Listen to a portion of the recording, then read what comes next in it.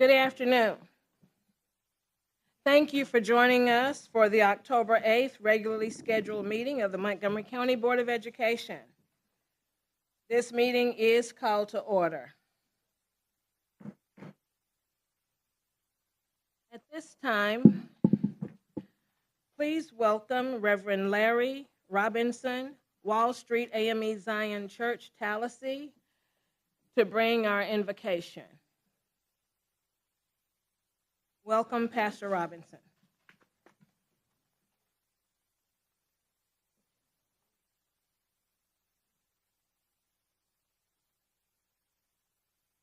Good afternoon, everyone. Let's bow our heads. Father God, we come to you today, Lord. We give you thanks, honor, and praise. Thank you, Father God, for just allowing us to see another day. We know, Father God, there are people that were with us yesterday that are not here today. So we thank you. And so now, Father God, we ask that you allow your spirit to come amongst all of us so that when we come and we hold this meeting, the parents, the students, the teachers, the board members, the principals, all of us, Lord, that you sit there and you let your will be done and not our will at all times and in all places. And I know, Father God, there's so many things that need to be done, and I know there's so many people that are worried about the situation because things do look bleak. But Father God, you did tell us to cast all our worries and anxieties on you because you care for us. And so no matter the outcome, Father God, no matter what is being said, the only thing that I ask for, even if we don't understand why all the things are taking place, we just ask to let your will be done and not our will. Let it be done on earth just like it is in heaven. And if you would, Father God, just give us this day as well as our daily bread. Allow us, Lord, to make the right decisions at the right time, not for our sakes, but for the children. And Father God, this is my home. It really is. And so this place means a lot to me. And you know for a fact all the things that I've done, as well as everyone else that's in this room, as well as those who can hear the sound of my voice, and those who can't, who wish they could. Father God, we ask that you sit there and you lead us, and you allow all our actions to replicate your Son, Jesus Christ.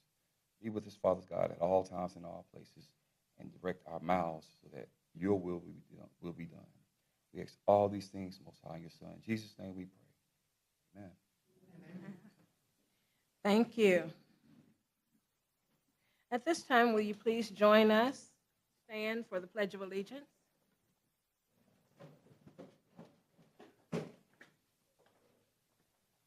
I pledge allegiance to the flag of the United States of America and to the republic for which it stands, one nation, under God, indivisible, with liberty and justice for all.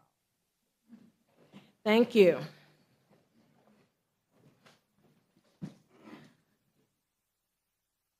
There are 7 members of our board present. I declare that a quorum is present. The agenda has been posted for our review. If there is no objection, we will adopt that agenda by unanimous consent. Is there objection? Is there objection? On there to go into executive session. With that objection, we'll add to go into executive session at some point. Okay. Thank you. We're good. Thank you. The agenda has been approved, understanding that there might be a need for executive session.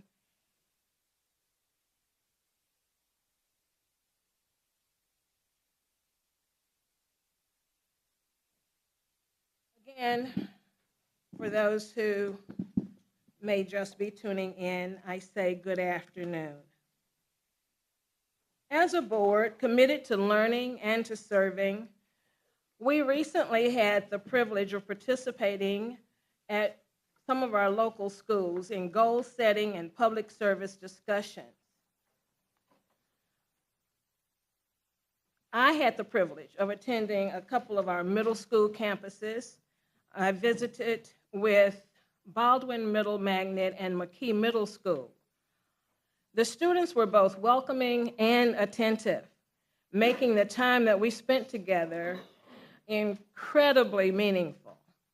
I'd like to personally thank the students and the professional educators for engaging the community in this academic journey. All 7 of your board members have engaged in numerous professional development opportunities, and we are dedicated to applying what we've learned in order to drive positive progress here in Montgomery Public Schools and our community. In the coming weeks and months, you will hear more about the profound impact that poverty has on learning and how together we can work to reduce the negative effects that it has on children and families. We've just completed an intensive weekend of learning and sharing where we focused on strategies to avoid pitfalls that other districts in Alabama and across the nation have faced. Our commitment remains steadfast to foster a district culture that values stability, innovation, and strong collaborative relationships between leadership and the community.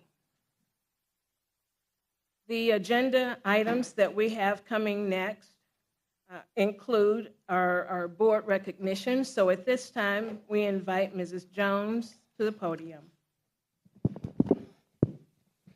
Thank you, Madam President, Chief of Staff, Ms. Wilson, and board members. Tonight, we're proud to celebrate the remarkable achievements of Brubaker Primary and Halcyon Elementary, both of which have been honored with the PTA Excellence Award. This prestigious recognition reflects the dedication, hard work, and collaboration of our educators, parents, and students. Each of these schools have shown exceptional commitment to fostering an inclusive and supportive learning environment. They have gone above and beyond to engage families, enhance student experiences, and build strong communities. As we honor these schools, let us recognize the passion and innovation that drive their success. This award is not just about accolades. It represents countless hours of effort and unwavering belief in the potential of every child. At this time, I'd like to invite Mrs. Phaedra Foster and Ms. Williams to come forward, along with our principals and school representation from Brubaker Primary and Halcyon. Let's give them a round of applause.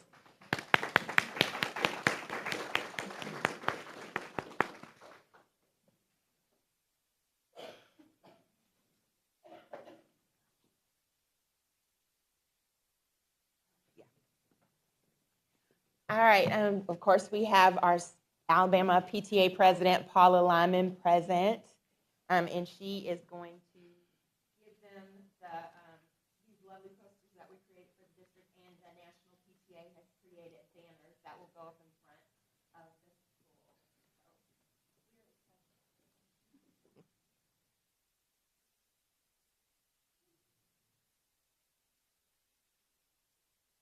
school. If we can have our board members to join our schools for this photo, that would be awesome.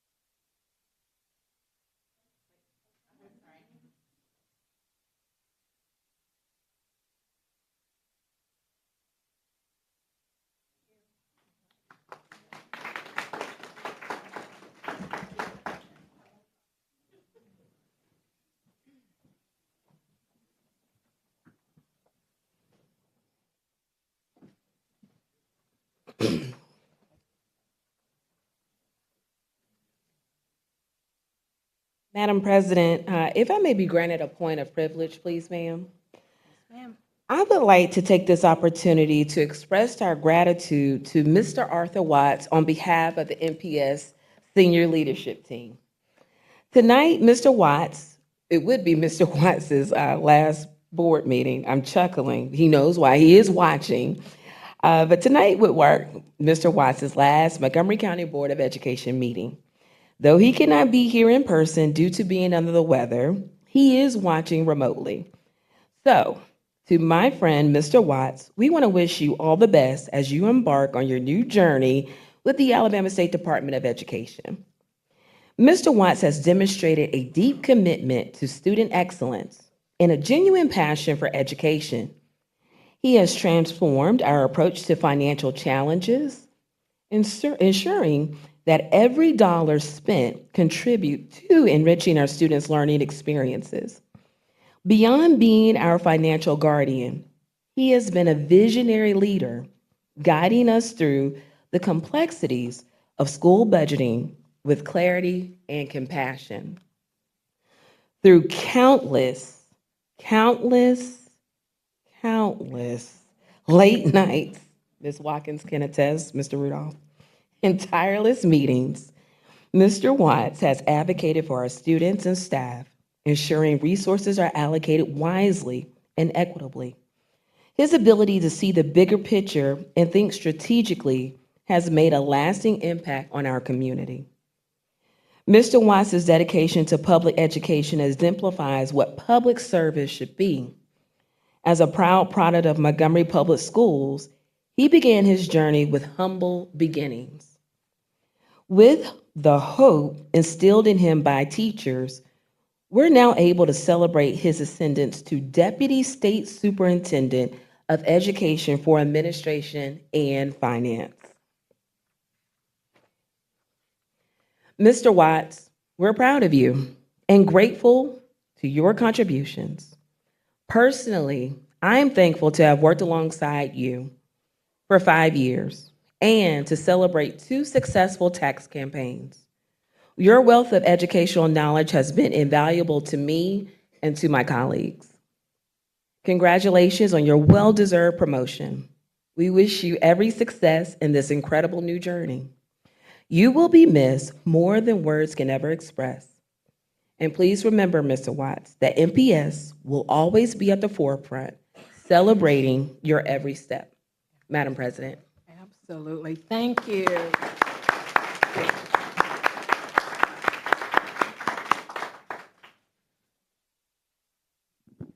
Thank you very much. At this time, the next item on the agenda, we have scheduled public comments. A copy of the procedures for the Montgomery County Board of Education is available online, and we do thank each of you for your participation in our meeting. For public comments, requests must be made in advance in writing to the superintendent's office by 4:30 p.m. on the Tuesday preceding the meeting date. Requests must have specified the nature of the business to be taken up with the board and the name of the person who will address the board to be added to the agenda. Communications must be respectful. Discussing specific student or employee matters will not be allowed.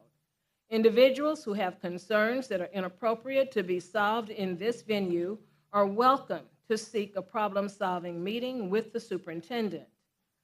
Immediate feedback by the board may not be provided. However, you may be contacted for follow-up by the superintendent or the designee. Public comments may not exceed 3 minutes.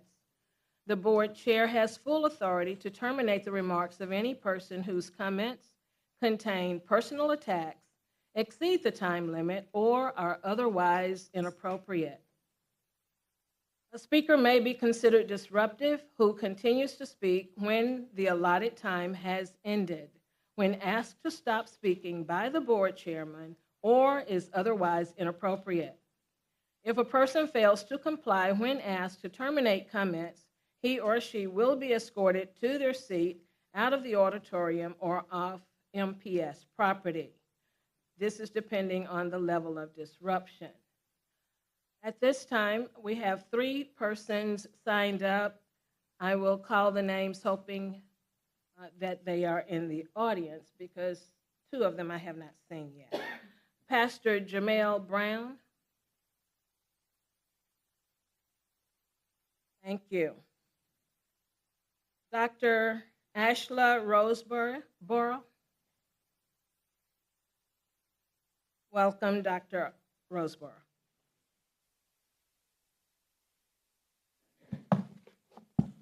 Thank you.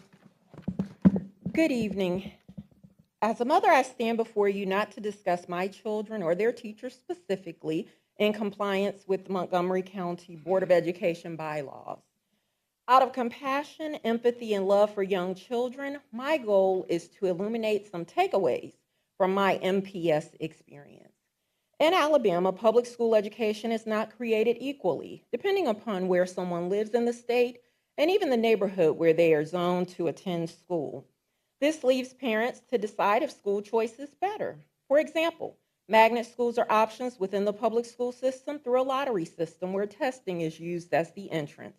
Other parents choose to pay tuition at private schools, yet a growing number of parents have found themselves at the crossroads of the homeschool movement post-2020. As a product of great public schools in Williamsburg, Virginia, I came to Montgomery where many people critique schools, promoted select schools, and the children are caught in the middle of these debates.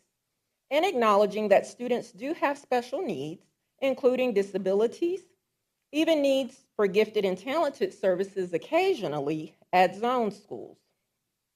Who's an advocate for the children? When children show signs of differences in learning, are teachers trained to respond timely? Our children need to know they are safe, not only physically, but mentally and emotionally.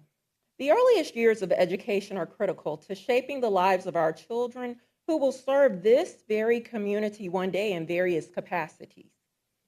Let's not let the next surgeon, executive, teacher, or accountant have to leave MPS to find refuge and safety elsewhere. Freedom that Alabama gives parents to educate their children as they choose, including through homeschooling, is where I found a path forward that I believe is best at this moment. However, many parents may not have flexibility in their jobs or the knowledge and resources to pivot as quickly as I could. Solutions that could be lessons learned from my story are: one, teachers need support, especially kindergarten teachers who have often had assistant teachers in classes, and ongoing professional development training offered through national and regional institutions. Effective teaching and conflict resolution strategies that are age appropriate are vital to student success. Frustrated or undertrained teachers transfer this energy in the class environment where many early students have numerous emotions. Everyone deserves empathy and consideration. So when teachers are healthy, our students are healthier.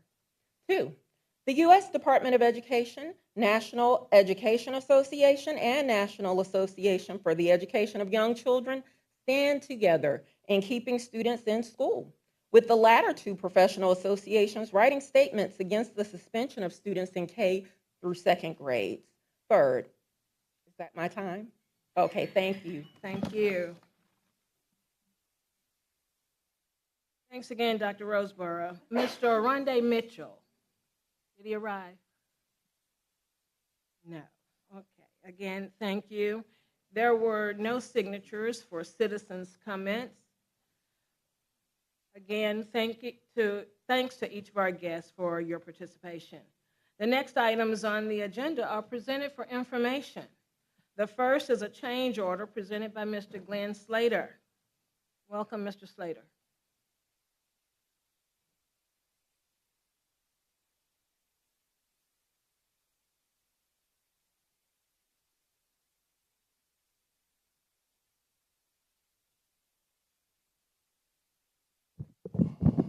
Madam President, members of the board, Ms. Wilson, thank you. This change order is for the Carver High School 9th grade academy and field house project that will, it covers some undercut of bad soils that were found after we started the work, and some water and sewer changes that were required by the Board of Works, among some other minor items. The project's still within budget, our anticipated budget, and the total of this change order is about 1.6% of the construction cost. Thank you. Are there questions of Mr. Slater?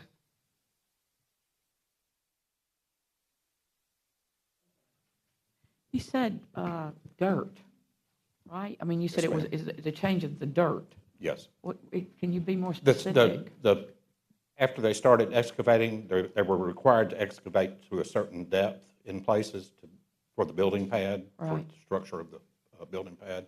And when we got down to the depth that we thought we would going to have to go to, they had to go much further and remove some extra soils. Is there only one company that does that, Mr. Slater? I mean, because I'm looking at that figure for dirt. I mean, I realize I'm looking at how, how big a school is. Right. And I know you said it's still within budget. That's just an astronomical The- figure. There's other items other than Okay. just dirt or just soils. Okay. There was some changes in the waterworks and the Okay. sewer, and Okay. there's also some revisions for the storm shelter structural portions. Okay. Thank you again. Thank you. Yes, ma'am.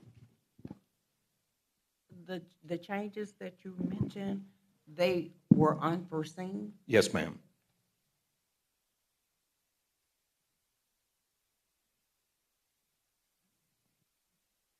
Thank you. Thank you.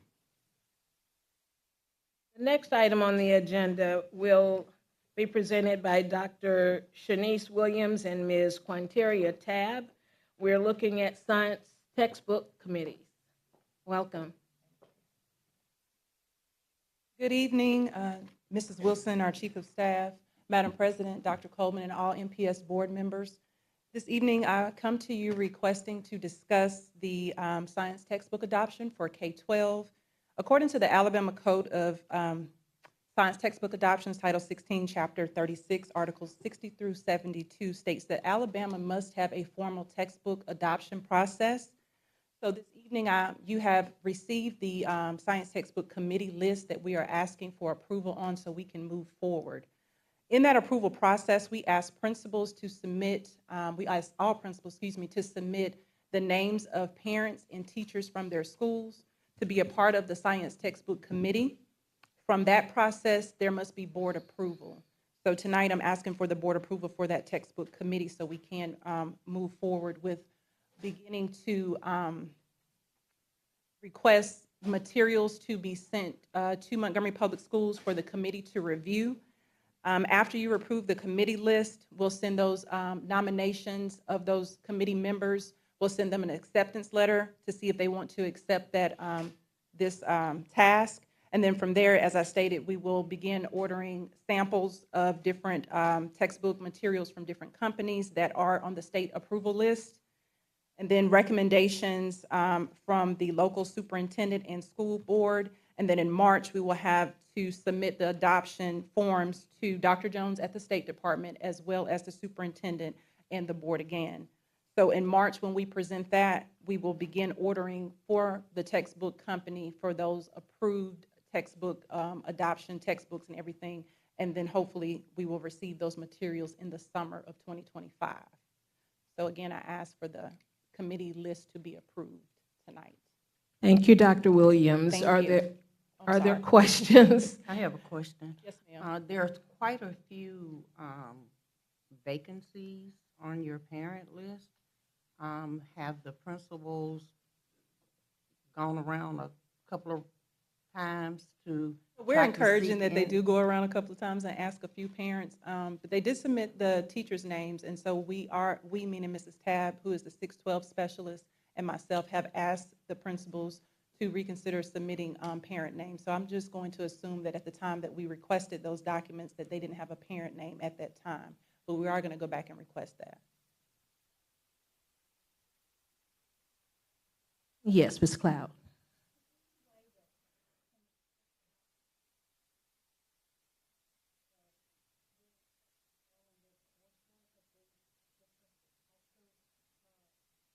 To serve on the committee? Yes, ma'am. We can definitely ask.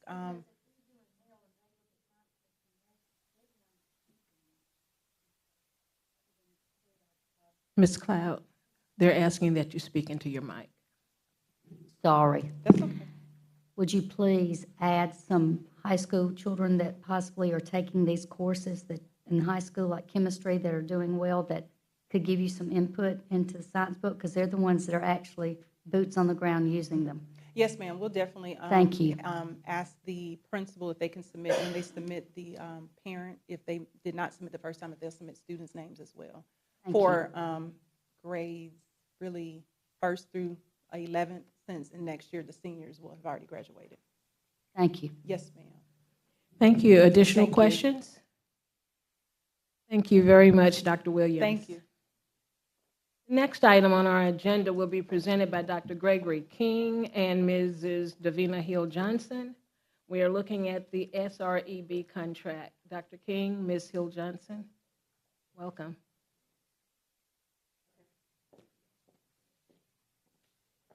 Good evening. Madam President, our Chief of Staff, Ms. Wilson, and to our board members. I bring you greetings on behalf of the Assessment and Accountability Department as well as the School Leadership Department.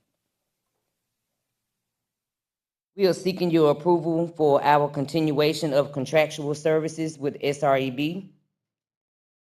SREB stands for Southern Regional Education Board. And just to give you a backdrop, they are supporting 16 states right now. And you can see the states outlined. The largest states within the state of Alabama, districts our size, are Jefferson County and Birmingham City Schools.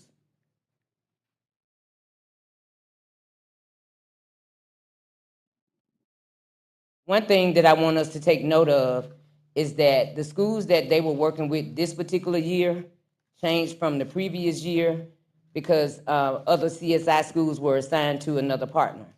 So the schools that are outlined here, you have Capitol Heights Middle Schools, Carr Middle School, McKee, Floyd Middle School, Baldwin Middle School, Carver High School, Lanier, which is now closed, Park Crossing High School, Lamp High School, Brewtech High School, BTW High School, and as well as supporting our CTE, those career pathways.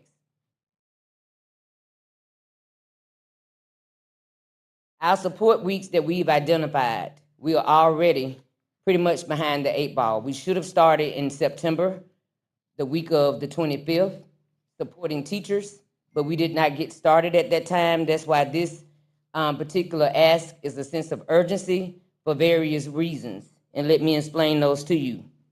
The first being teacher support. We know that we have 106 teachers for secondary that are on emergency certifications, and an additional 60 teachers that either fall upon the TSET, conditional, or interim certifications. So we want to make sure that with the support that we are provided, or they're providing to us, that we make sure that we have high quality instruction taking place, high quality PD, high quality coaching, high quality leadership coaching in all of our schools. And for this year, we're going back to 612 for all schools. That includes traditional and magnet. One of the main key reasons for that is we're getting ready to go through district accreditation. And one of the things that they look at is systemic processes and procedures that the district has enforced or put in place. If you look at the district support right now, most of our middle schools and high schools, except for our magnet schools, they have academic interventionists. And they are supported by 1 content specialist, except for 2 coaches with math. We also know that with that support, with that many teachers, it's impossible for one person to be able to provide quality support for all of those teachers. Another reason why we are asking for you to really consider this evening is because we're preparing for our instructional rounds. Our instructional rounds are conducted at the end of October. That's when they begin. And the reason for our instructional rounds, we focus on various areas. One being, we look at multiple sources of data. School highlights is one, demographic data, academic data, attendance, both for students and teachers, discipline report data, school-wide focus areas, and problems of practice. And when we say problems of practice, these are determined based on school needs. Right now, schools are in the process of completing their ASIPs, which are due to the state on October 15th. Once schools have identified their critical initiatives and set their goals, their action steps, and their plans, then they're able to, based on their learning walks, based on walkthrough data, based on any other data sources that we are doing right now. For example, our Ready benchmark assessments is one. Pre-ACT work keys coming up with high schools is another. So once you look at all of these different data points and you do a trend analysis, you are able to determine your problem of practice. That problem of practice may be student engagement, it may be high quality instruction, and so we have developed look-fors for what we have seen in 10 different domains across the district that normally comes up for every school, whether that's middle or high school. And within those look-fors, we take those look-fors once we do our instructional rounds. After we complete those rounds, we sit down not only as a school team with each individual school's leadership team and provide reflective feedback. That feedback is in light of GLOWs, GROWs, what we saw as instructional practices in the classroom, what we saw as a probing question, and then we create timelines and next steps for that leadership team. That school then turns around and share that information with their school teams, and then they begin to develop an action plan based on that particular school needs. Also, bless you, also with that, we look at tiering schools and teachers. Again, like I stated, with this high percentage of teachers that are non-certified, we have to go in based on the instructional round data. We determine who's a model classroom teacher, and we try to choose one for every content area in every building. We've been successful in doing that in 80% plus of our buildings. This provides the school an opportunity to have job-embedded PD within their schools, so that if you are having a novice teacher that is having problems with standards-based instruction or with instructional strategies, they can go see that in action within their own school building. That way you won't have to hear that I'm going to go visit classrooms with students that does not mirror what I'm facing every day. Also, you know, with the Alabama Principal Leadership Act, we have 5 different standards that principals are now responsible for. One being visionary leadership, instructional leadership, management and operational leadership, relational leadership, and innovative leadership. While all of these is very key and they're important, one thing that we have focused on as a school leadership team is the relational leadership, because that deals with your climate and culture. That's your heartbeat of everything that you do in your building. People make informed decisions about your building from the moment that they hit your campus and walk into your doors. So this is why we are asking for support in those particular areas. Also, SREB has supported us last year and this academic school year in rolling out our AP Academy. We know that in order for us to prepare leaders for tomorrow, we have to also invest not only in our teachers, but we have to invest in leaders in our buildings, principals and assistant principals. Depending on who your principal is, depending on how busy they are or their skill set, sometimes APs don't get all of what they need within a school building. So when we look and conduct a needs assessment based on that, we are able to determine what PD we need to roll out at a set time throughout the school year. Also, when you look at the portrait of a graduate, when we talk about an adaptable problem solver, when we talk about a critical thinker, when we talk about a courageous leader, an effective communicator, and a global citizen, these are attributes that we want to see on a continuous basis in our buildings all day. But in order for us to do that, we have to be able to grow our own, promote our own, keep our own, and be able to retain our own. So this PowerPoint can be shared with you, is in a PDF right now, but if I were to click on the Google Drive, it gives you each individual folder for each school, and it has reflective feedback, report notes that SREB provides for coaching, whether or not they're working with district specialists, or whether or not they're working with individual school leadership, or if they're working with teachers. So when you look at those particular support areas, you see that when they provide the support, that is based on, again, once we go back and look at the data from the instructional rounds, they then have some type of baseline to begin from. And then if it was a class that we did not observe during the instructional rounds, principals can tell us based on their learning walks, based on their walkthrough data, which teachers they feel need additional support. That support is given with a sit down with that particular teacher. Sometimes you have teachers that may be a quick fix. That's a teacher that you can go in and provide support immediately for. Maybe they was conducting small group instruction and they needed some help on strategies while students rotated. It could have been a time management issue. You may have teachers that may be priority. Those are your teachers who fall, again, within their early, no certification, or within the early years of teaching. They could be certified, but this could be their first or second year. Also, with that report, the teachers are going to be able to plan with that particular coach.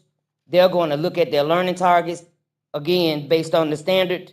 They're going to look at promising practices. We always want to start with something positive that we see so that we can encourage teachers, even though we are intentional and methodical about how we provide reflective feedback, but we always want to have some type of highlights of promising practices that we've seen in the classroom. Then we go into the areas for growth and the focus areas. Not only that, we look at the progress from the last visit. It's always good to do a comparative analysis because this allows us to see, have we gained momentum or have we lost momentum? Then we prepare for next steps with timelines.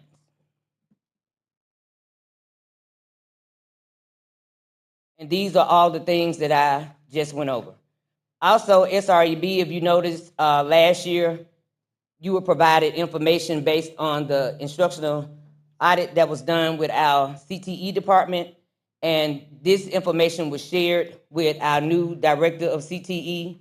And they also work with the principal of Impact as well as with the director of CTE to make sure that we created clear pathways for our students, looked at their interests, what they're interested in, for one, and to make sure that we are preparing them to be college and career ready, and that we have the offerings to make sure that students can credential, whether that's in a trade or whether or not they can score benchmark on ACT or pre-ACT worksheets.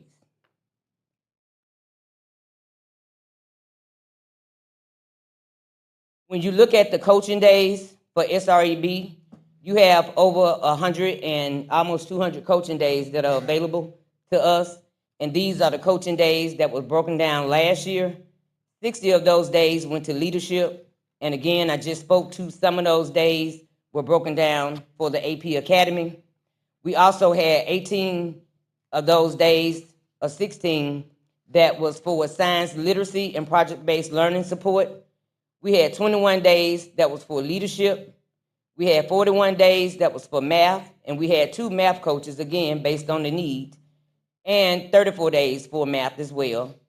We also had 7 transitional services days, along with 58 ELA literacy days, 15 CTE days, and 25 social studies literacy days. And again, even though we identified days in the contract, we can always go back, just like we do when we do our ASIPs. We have to be reflective in our practices. If we see where we've allowed it days in a particular area, then we can go back and change that and add those days somewhere else. We also do data touch points throughout the school year with them, where this is done district-wide with our district leadership. That's done in December, in February, and in May.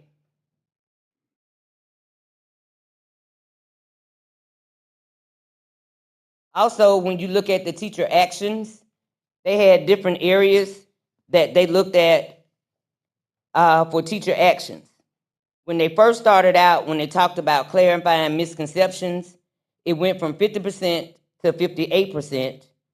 The use of questions to encourage classroom discussion with the coaching, that went from 70% to 75%.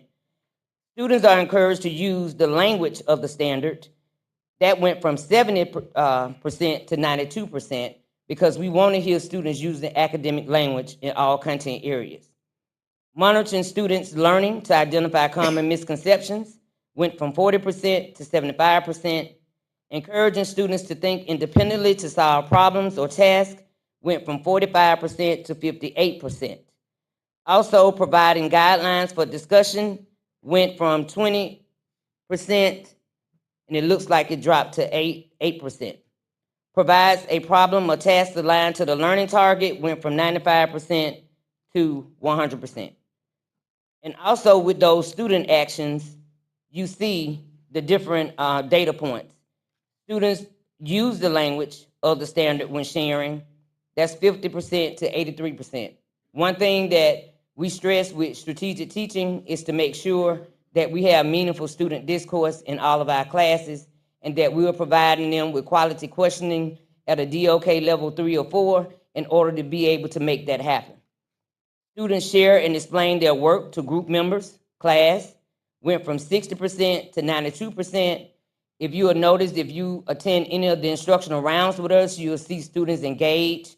They're not shy, they're not withdrawn, because this is an opportunity that has begun at the beginning of the year, where teachers have made sure that students are collaborative and they are able to work in cooperative groups or pairs. Also, students work independently and jot down their thoughts prior to sharing, went from 40% to 58%. Are there any questions? Thank you very much, Ms. Cloud. Good evening. On the support weeks, you said we're behind the 8 ball. Yes, ma'am. It should have started September the 25th to the 29th. Can they drop that down, and then we're looking at next week starting? So Well, actually, we want to start this week because that's we need what to I'm start saying. planning I for our mean, rounds. It's October the 9th to the 13th. Yes, If ma'am. that's not possible, for the September, can they drop down and maybe give us an extra, you're looking at the end of January to the 1st of February, maybe they could come in the middle of the week in January, or come at the end in May before, they We get can out. roll those September days into the summer because we work and do summer planning. As most of our principals attend the SREB conferences and we prepare for those. So we also prepare with our district teams, looking at the end of the year data and doing a comparative analysis of that as well, and planning as they support specialists in preparing for their curriculum guide. Thank you. Thank you, Dr. Keith. Good evening, Dr. Hill. Just a couple of questions and observations, because I looked at this up this afternoon because I knew you'd be talking about it. But I think this is a contract that we've been doing as a consulting group for at least 10 years. No, ma'am. No? No, ma'am. How 5 long? years. 5, okay. Yes, ma'am. How long do we keep consulting groups? Well, it depends on, when you first look at consulting groups, we have to take a lot of things into consideration. We've had a lot of leadership changes, which sometimes impact the accountability levels that we have with partners that we have, Gotcha. and the way that things are rolled out and supported at a school level. Right. Now that we have the accountability piece in place, schools know the expectations. This is a not for sale item, so they do know that coaching support will exist for them based on needs and for their teachers as well. And all of the principals enjoy the support that they have received. Right. Also, I was looking at your data, and you said you changed the schools quite often, like from year to year. How then do you keep data and target that group to see how has this specific contract helped us increase? I saw your data. I noticed you went down on the discussions to 8% on one thing, but here's my issue with this, and the reason I'm just not that I'm the classic nerd. We just happen to be doing this debate in my class now. Our reading scores right now are at 33%. Our science scores are at 25% proficiency, and our math scores are at 13. The year before they were at 14. We've now fallen. So what I'd like to see from your group that is using this, because it seems to me that it's only reaching about 10% of our teachers with the way you're doing it. And it needs to be expanded out to more teachers, because what I don't see as a board member is how, if we're spending $345,400 on a contract year to year, like you said, 5 years, I want to see, the positive things that it is doing for our system. And right now, I just, like I said, it's a consulting group. I would think at some point, I know you just mentioned that we've had changes and stuff like that. Okay, we've had changes, but we haven't had changes in your department. We really haven't. We haven't had that many.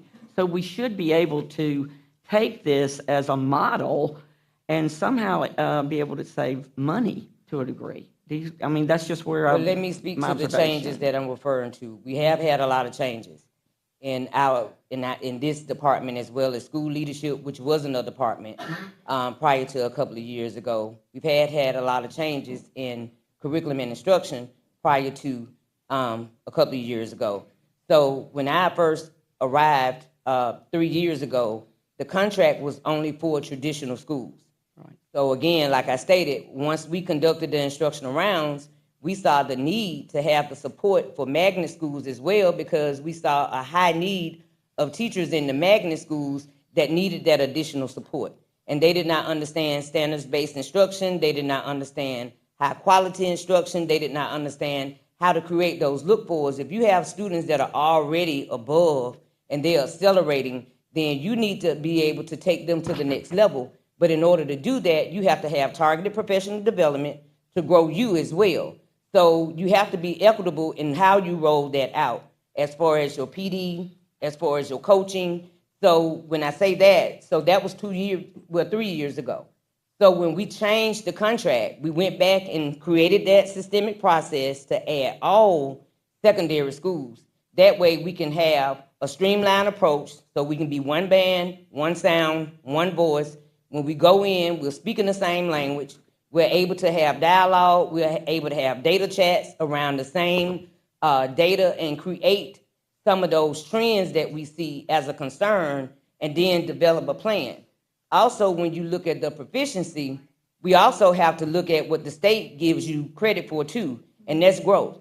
We've had significant amounts of growth in various schools, so we can't discount growth either, because we still want to see growth. Although the goal is proficiency, we still want to see students being able to grow.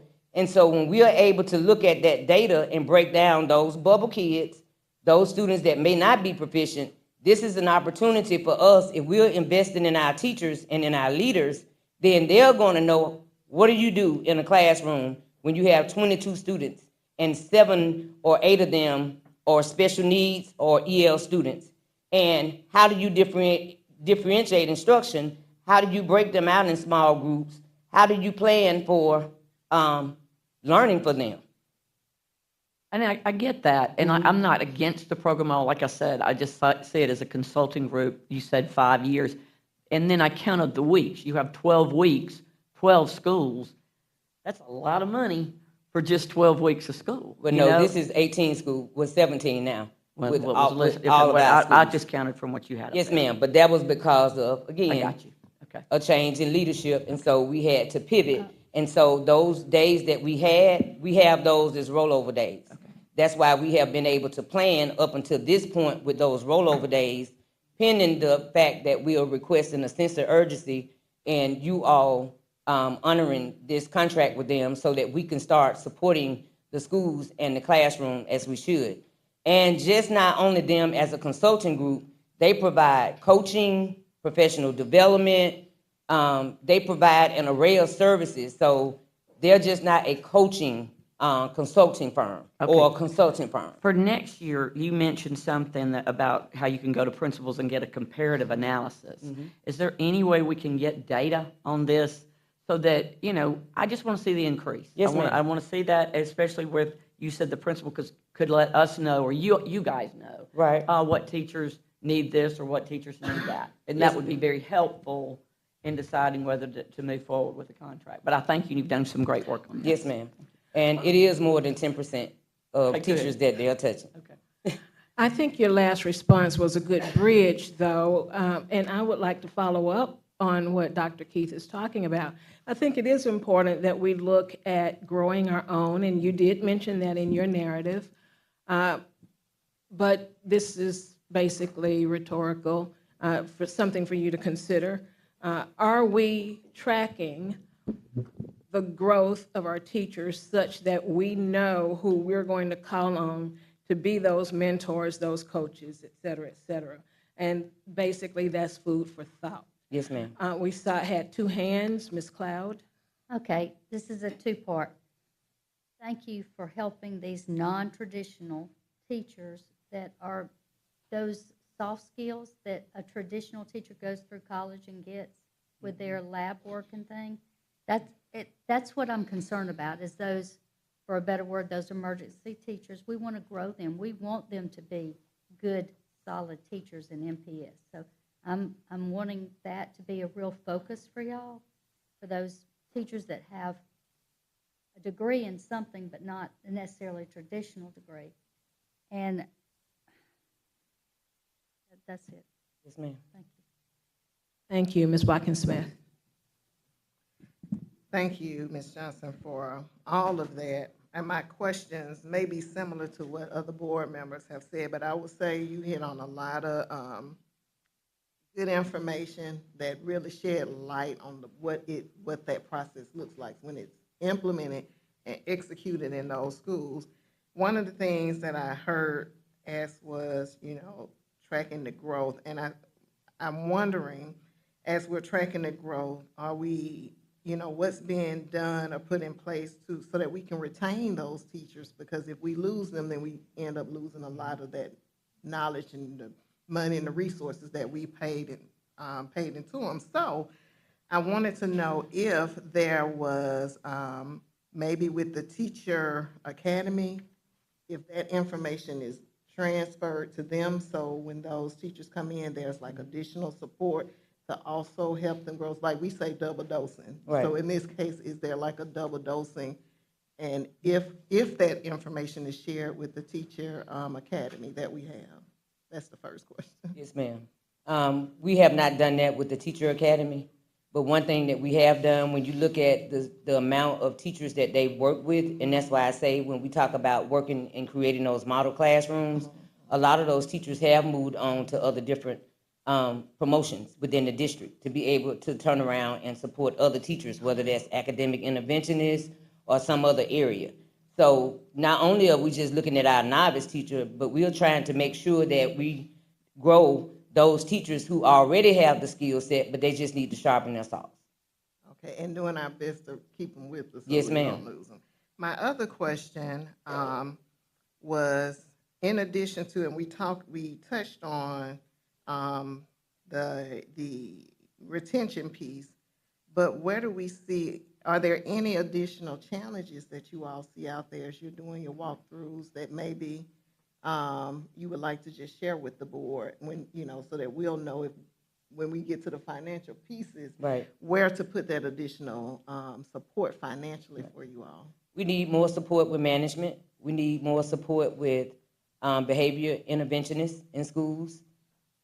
Some schools, depending on the size of the building, you may need an additional counselor for support within that school.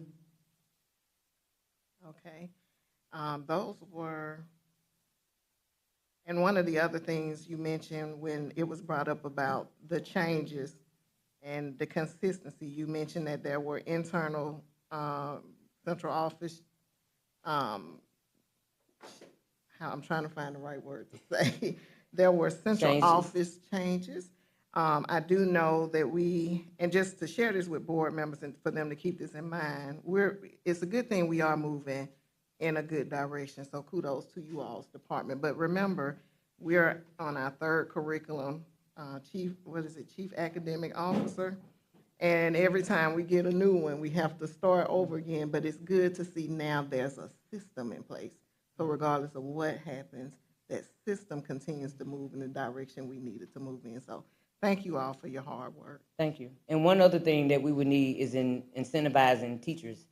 Those master teachers that have become model teachers, we want to be able to roll out PD where we can have professional development where teachers hear from their own and they're able to provide professional development for them. And we don't always have to go somewhere or call in outside people, but we can have, working with Dr. Pelton, that was one of the things that we've had conversation around, is finding a way to incentivize our own teachers to want to go that extra mile, to want to stay after school and plan to assist another teacher. That's very good. Thank you. Thank you. Ms. Portis? Thank you. You answered really both of mine. One of them was behavior coaching, maybe looking at some of that because I know that's a need. And then my other question was, so if it says 4 teachers, they're going to coach 4, and what you just said means that those 4 possibly will coach others. Yes, Is ma'am. that the incentive you're talking about? Yes, ma'am. Okay, Yes, okay. ma'am. Okay, Ms. Cloud? One last one. This is one, are we looking at just a 1-year contract or how many? 2 years. 2 years, okay. Could we please, I know you said this is critical, that we're in that time that we have to, I wish we could have had this discussion in a timely fashion so that we don't feel like we're in a hurry, because that's something that we need to do is start having it, we know it's coming, please bring it to us before this critical time. And right now, we are truly at your mercy, and we apologize for bringing this at this time. Well, I mean, But do you understand? yes, ma'am, we do, and I think Dr. King understands that as well. So this will not happen again. Thank you. So do understand that you will have things in a timely manner, but for the sake of accreditation coming up, and we getting ready to go through that engagement review, this is going to be critical in making sure we are showing how we are supporting our teachers Yes, it will. and leadership. Thank you. Yes, ma'am. Thank you very much, Ms. Hill Johnson. The next item, and I'm sorry. Was there a part 2? No. Okay, thank you. The next item, an amended grading, promotion, and retention procedures, the GPR. Welcome, Ms. Hatch. Hi. Good evening, board members. Thank you for your time. I'm here again because, as you remember, that it was tabled last month, and that was in order to give me an opportunity to make an adjustment that you guys requested, and for you guys to have an opportunity to review it a little bit more and ask questions throughout the month if you had any concerns. So on the PowerPoint, just to revisit, I'm not going to go through point by point, but what I will share is this is the one that goes, it's this one thing, but it's in many places throughout the document. And so that's what, excuse me, oh, sorry. But that's the grade scale that, that was proposed, that's highlighted. But then the newly proposed language is to return to the original that we are currently following. So change has been made in the draft. And thank you to Ms. Cloud. She pointed out one that I missed that's not in what was shared, but there was an additional one on page 7 that I did miss, but it has been corrected as of now. Is that K? Yeah, I circled it. Good, okay. Yes, it is K. Yes. Yeah, yes, it was a good catch. It was kind of scattered throughout the document, and so that one was not caught, but it does say 0 instead of 50 now. So did you have any other questions?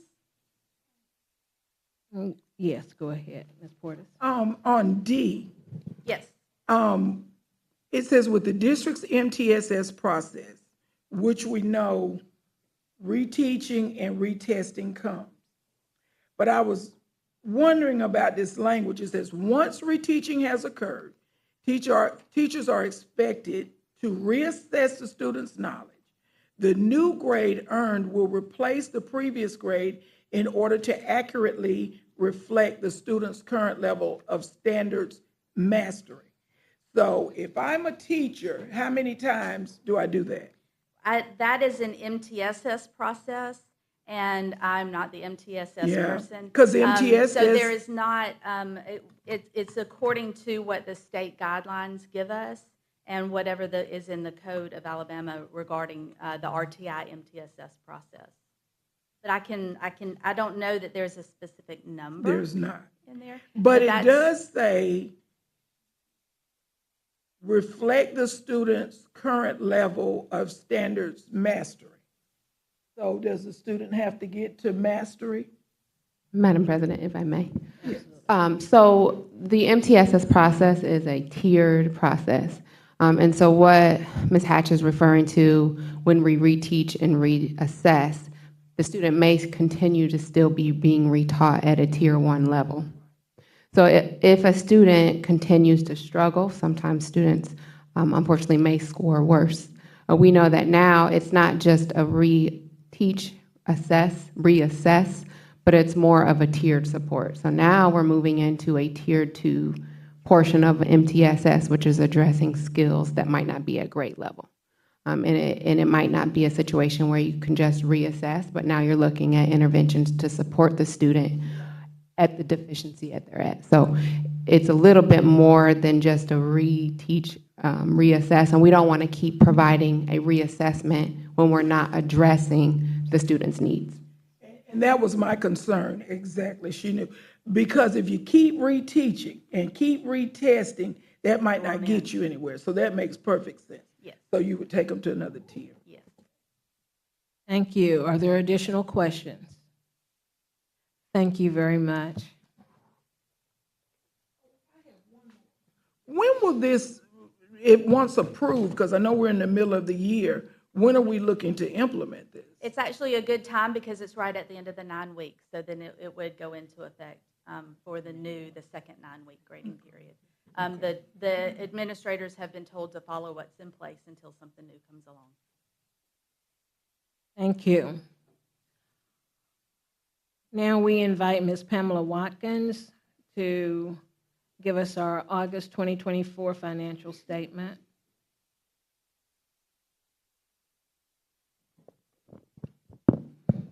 Good evening, Chief of Staff Wilson, Dr. Coleman, Board President, and board members. You should have in front of you the financials for the month of August. The financials include the explanation of financial data,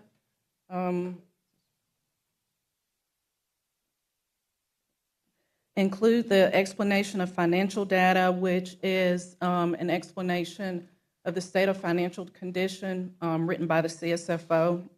We have our snapshot analysis, which provides an overview of the district's financial position.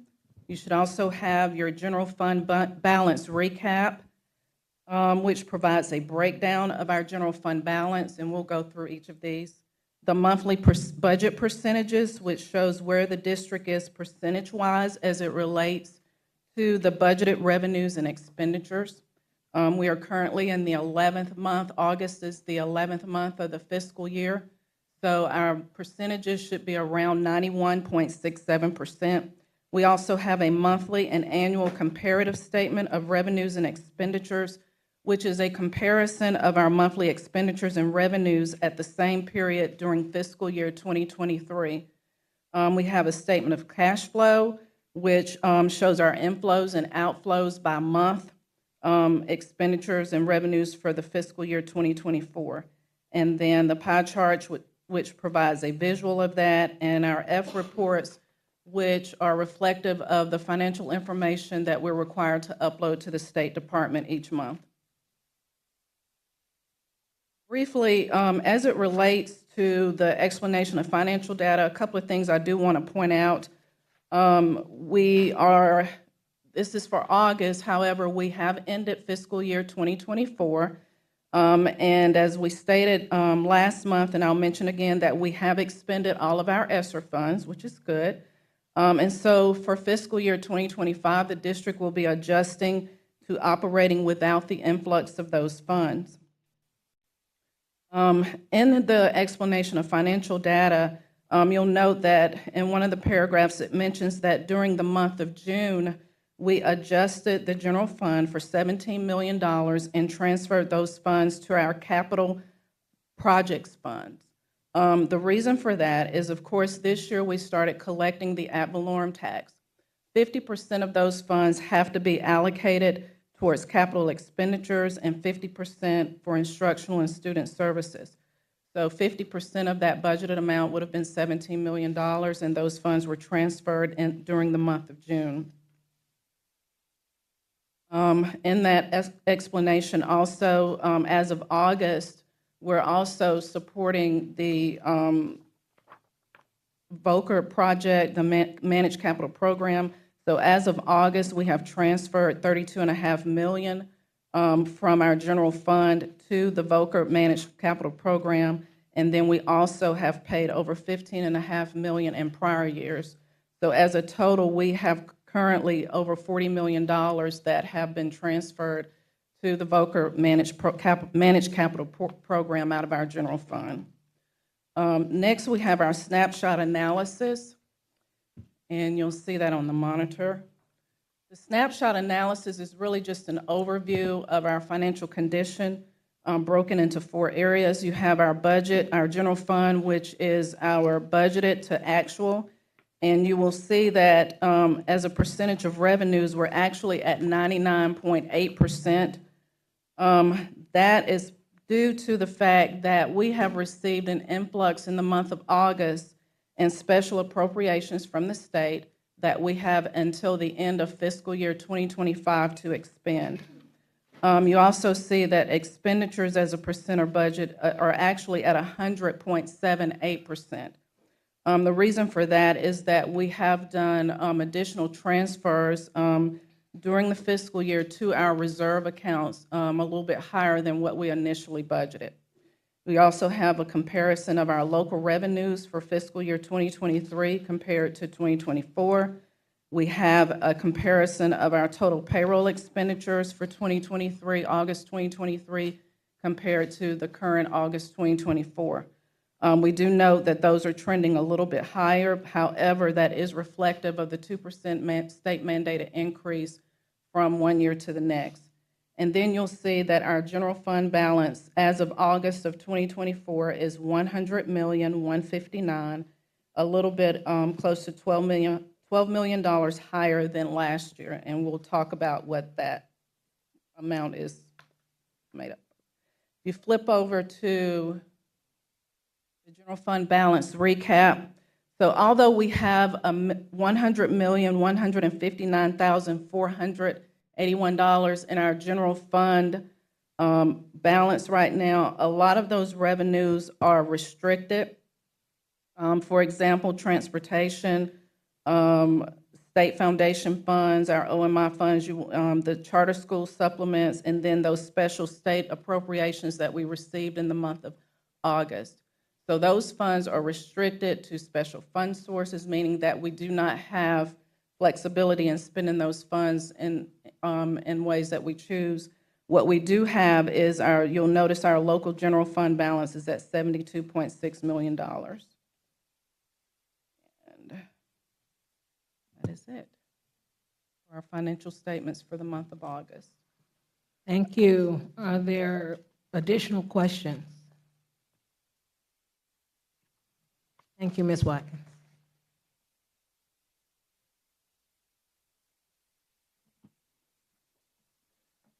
Next on our agenda, we have the capital plan amendment and extended day salary rates.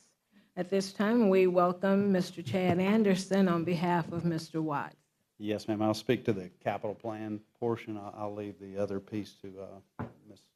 Wilson. Good evening, Ms. Wilson, and members of the board.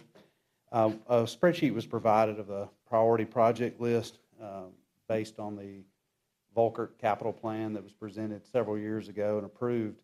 As you know, we've had to reconvene and reconsider the number of projects due to the cost of construction and where it has gone, and then also our bonding capacity of being able to procure the money that we need to do these things. So the list that was provided, some of these are items that are already complete, like the Blunt Car Drive improvement, the Children's Center project, those were complete. Currently, we have Carver High School, Park Crossing, and South Lawn Middle in progress. And we had determined that Capitol Heights and Percy Julian were definitely a priority for those. So we slated those into a slot there that you see. And that's what we're currently waiting on to bid so that we can see how much further we can go down our project priority list that was provided, again, as said before.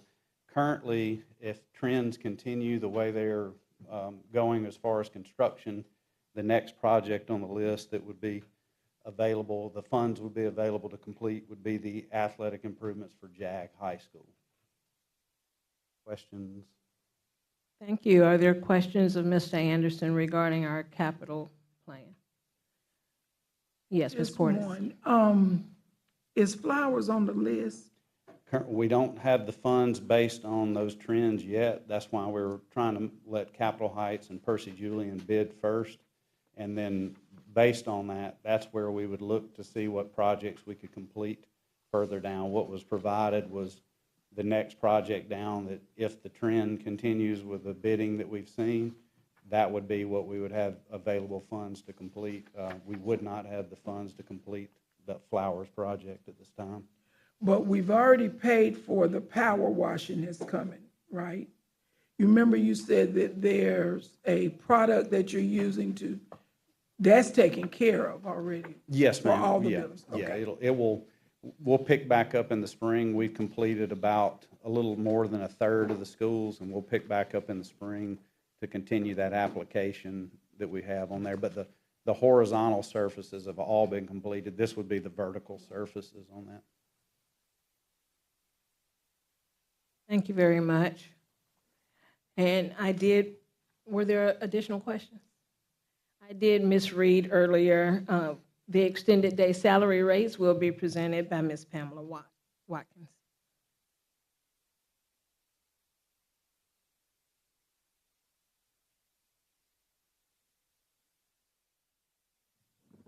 Okay. We are proposing an adjustment to our extended day rates. If you remember back in February of 2023, it was communicated that due to the ESSER funds, we had specific ESSER funds that could only be expended on learning loss.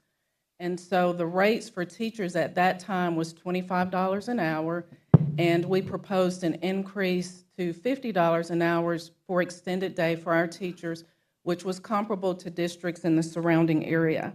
Of course, we do not want to go back that low, so we are proposing an extended rate for our teachers of $40 an hour. Those extended day programs have been supported by ESSER funds over the last couple of years. However, as we realize, ESSER funds are no more, so they will continue to be supported by Title I as they have been in previous years. We have communicated with surrounding districts. A good number of them are adjusting their rates. Some of them will leave the same. Also, we have surveyed our principals, and we got a little bit over 50% response with that. And believe it or not, the majority of them were, we presented 3 rates.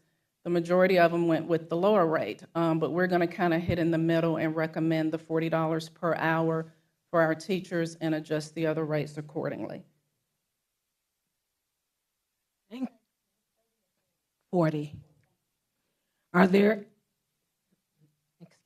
questions? Ms. Portis. So where are these funds coming from now? Extended day programs are normally funded out of Title I. Okay. So the schools can use their local Title I funds, and then there are also funds in districts set aside as well. Thank you.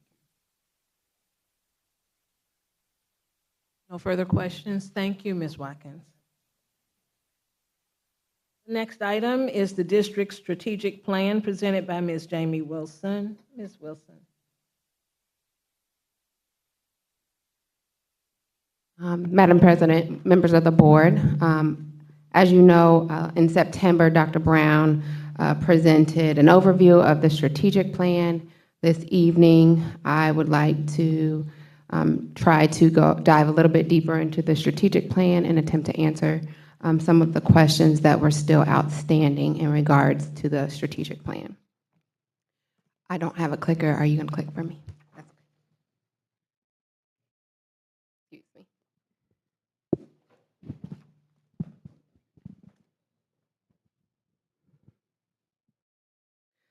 As the board is well aware, this 5-year district strategic plan is a roadmap for MPS to really prioritize our initiatives, set clear goals, and track progress, also report out to you the progress on a yearly basis or bi-yearly basis.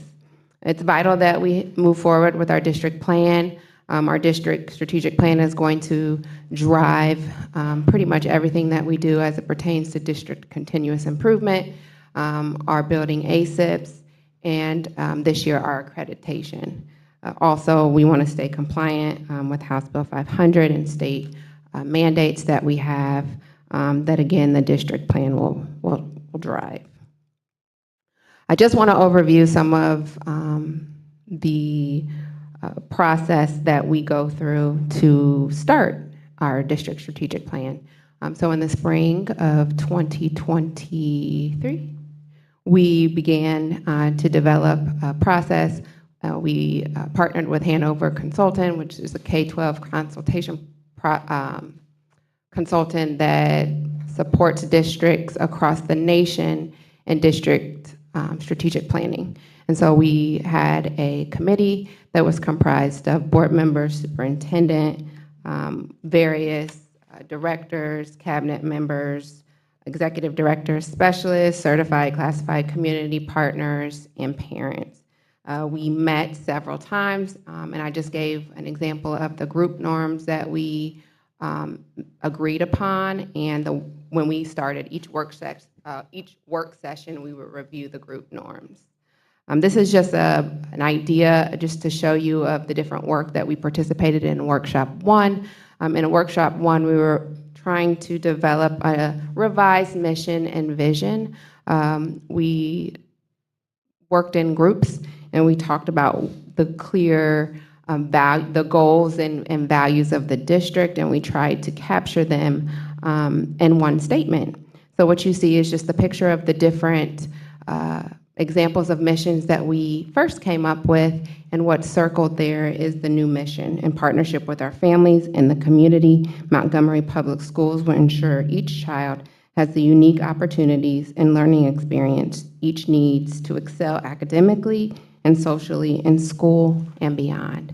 We did the same work with our vision, which now is which we're proposing Montgomery Public Schools are committed to creating opportunities for all, equipping all of our children to thrive as successful members in a global society. So once we identified our mission and vision, we came back as a group, and we used various data sources to determine the priorities. So our priorities are key focus areas that support the goals and aims and measurable process of the district strategic planning process. So we used priority diagnostic, which we surveyed all of our stakeholders. We had the survey open for a couple weeks. We used benchmarking analysis data that includes student data. We use perception data, which would include community engagement surveys. And we just went through a source of historical data trends from our student achievement data. What's provided for you in this slide is an example of the various areas that drive our priorities. So in the survey, our stakeholders, internal and external, were able to quantify through Likert scale the areas of most important. And so what you see here are the areas that drive and that are driving our priorities. Retaining high-quality teachers, supporting our students' academic needs, supporting our students with mental health and well-being resources, supporting our students who may need behavioral support, and supporting recruiting high-quality teachers. That, in turn, then developed our 5 priorities. Our 5 priorities presented in the strategic plan are student success, growth and achievement, organizational governance and alignment, positive, safe, supportive, and inclusive environment, recruiting, developing, and retaining high-quality talent, and finally, family and community partnerships. On the following page, or the slide that you have, these are just other findings. I just reviewed the areas of most important, but I also want to review the areas that received the highest rating, which would be good and excellent. Those areas that were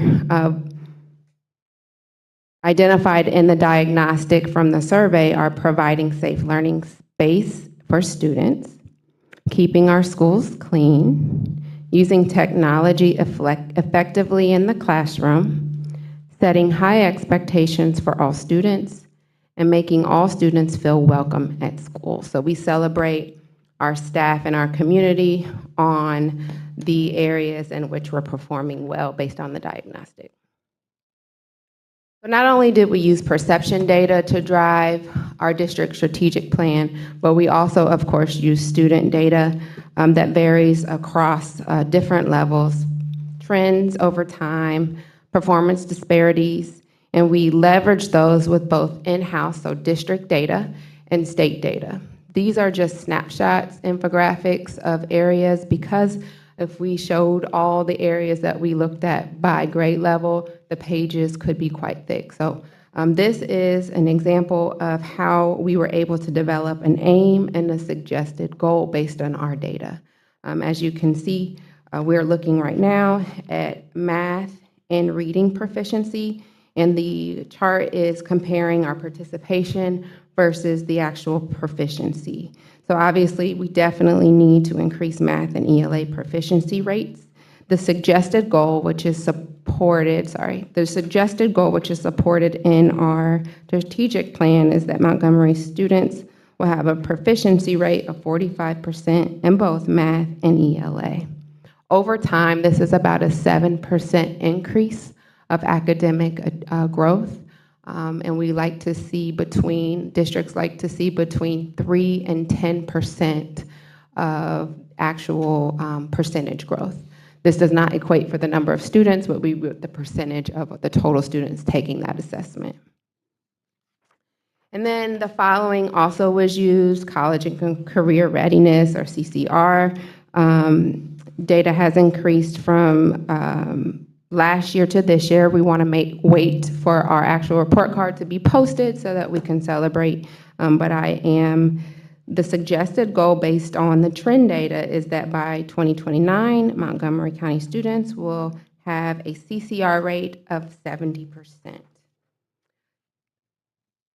Again, this is not an exhaustive list of the strategic plan, as it's pretty, we have a lot of goals within it, but these are, again, just examples. I think there was a question of how did we arrive to the percentage rate, and what data did we use to be able to develop our aims and goals.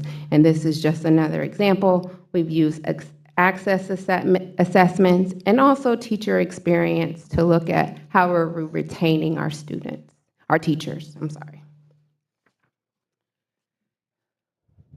Of course, we used our student demographics, economically disadvantaged, students with disabilities, EL students. Again, this is not all of the data that we use, but just a snapshot for your review. And these are areas that are represented in the area of student success, growth, and achievement in that priority.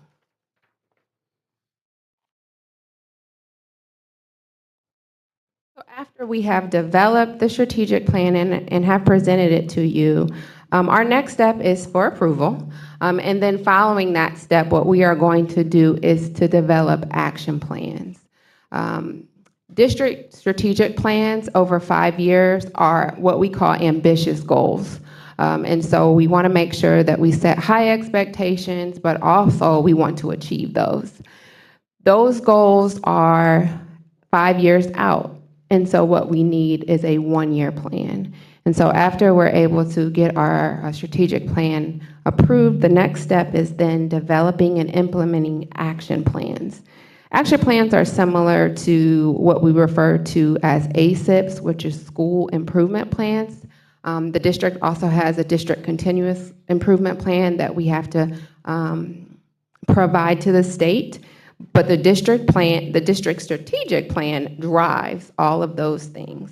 So the next step would be to outline various actions needed to achieve each strategic plan goal.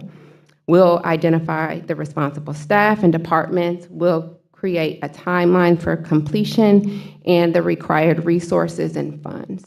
Action plans usually break larger goals into bite-sized steps and timelines.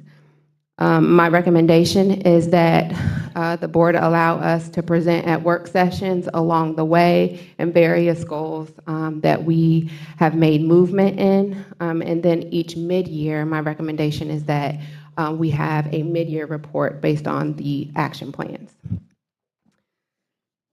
So basically, when we're doing our strategic plan, we want to plan, do, study, and then act.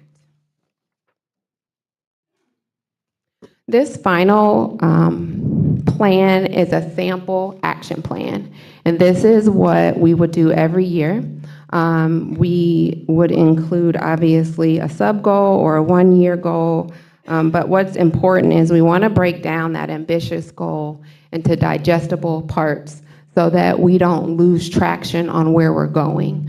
I think it's important for us. I provided a Gantt chart in one of the emails that I sent to you, which would be more at a district level, where we're able to provide you ongoing information, and at any point you can look at that Gantt chart.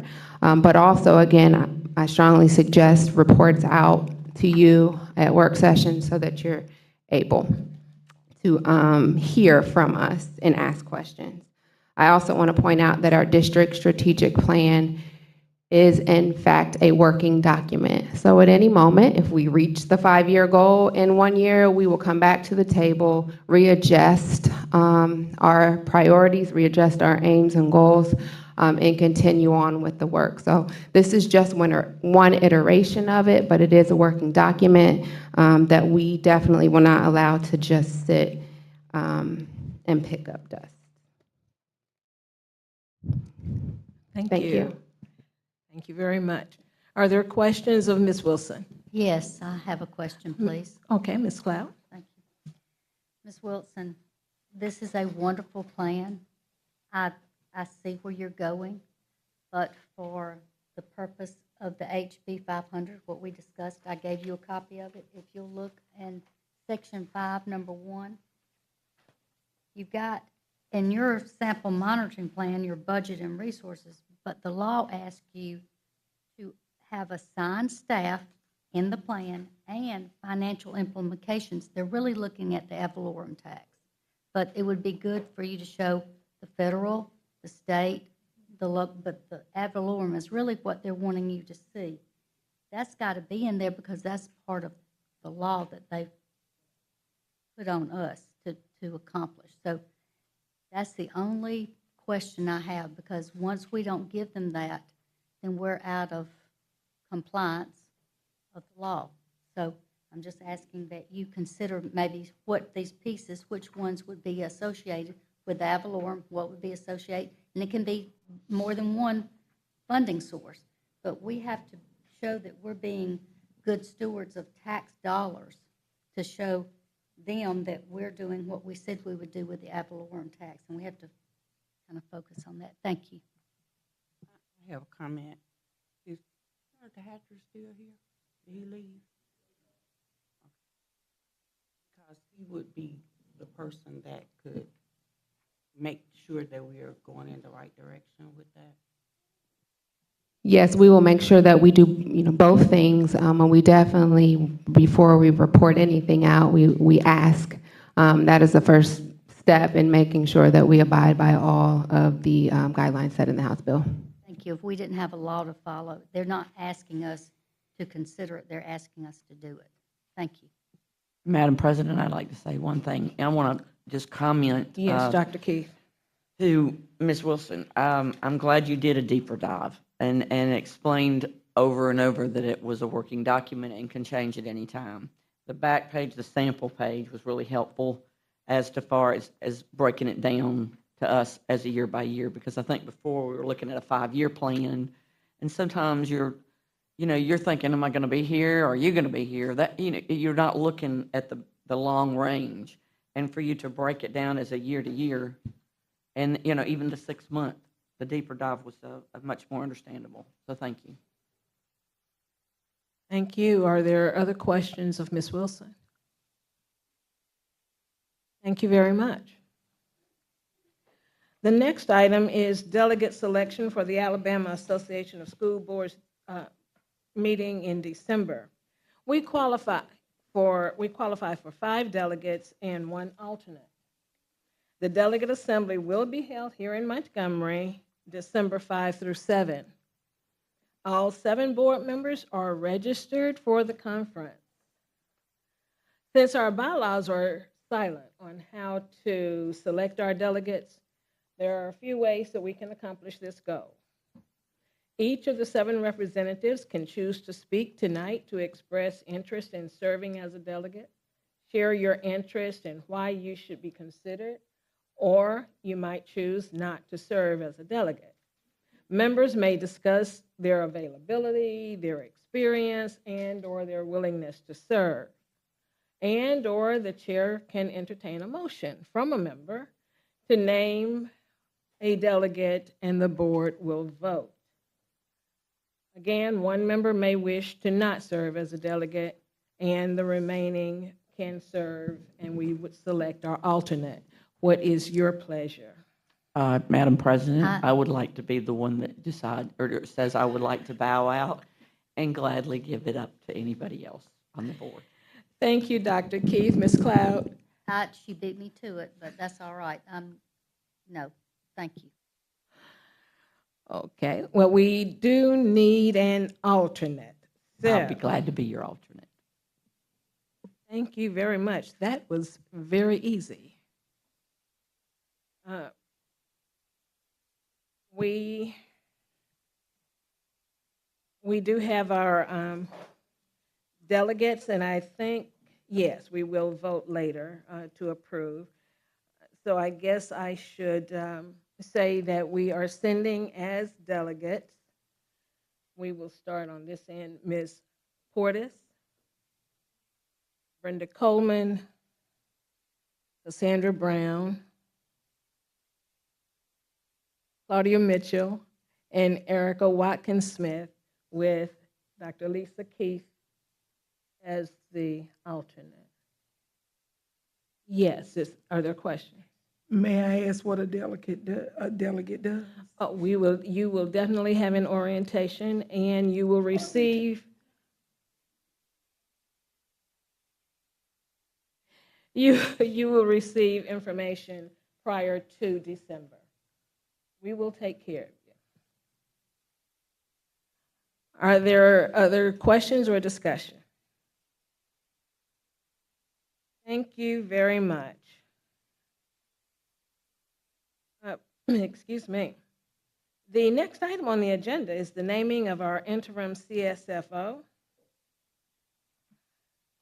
During the September 26th special call meeting, the Montgomery County Board of Education met to hold an executive session to protect good name and character as the body received names for the interim CSFO position and for the interim superintendent position.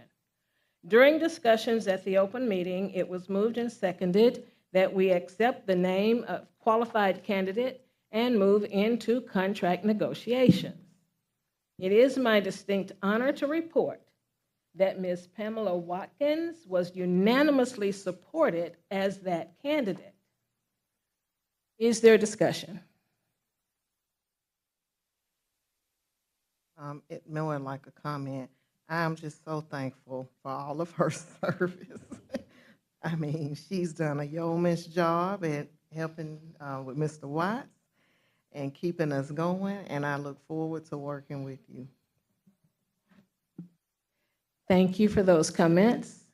I'd like to say I'm glad you were just an easy transition because we knew that you guys worked so closely and for things that some of us are going through, it was sort of a breath of fresh air that you had accepted.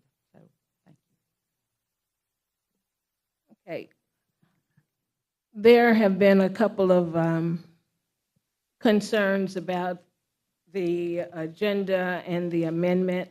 I will repeat that it was unanimously, I'm sorry, it was approved without question that we approve the agenda with the possibility of the executive session. And it was already, the option is included in our agenda. So hopefully everybody understands that at the appropriate point, if it is deemed necessary, that motion can be made and we will move accordingly. It is our goal as we move to item 18, interim superintendent naming, that we ensure that our district continues to move in a positive direction with the momentum that we have begun. As we work to identify the interim superintendent, we are seeking someone of integrity with proven leadership, training, and skills. We do have viable candidates' names who each in his or her own right is a qualified individual. The chair will entertain a motion for the naming of an interim superintendent. Is there a motion? Dr. Coleman, I would like to go into executive session. That's a I'd like to motion. make a motion to go into executive session. I second the motion. It has been moved and seconded.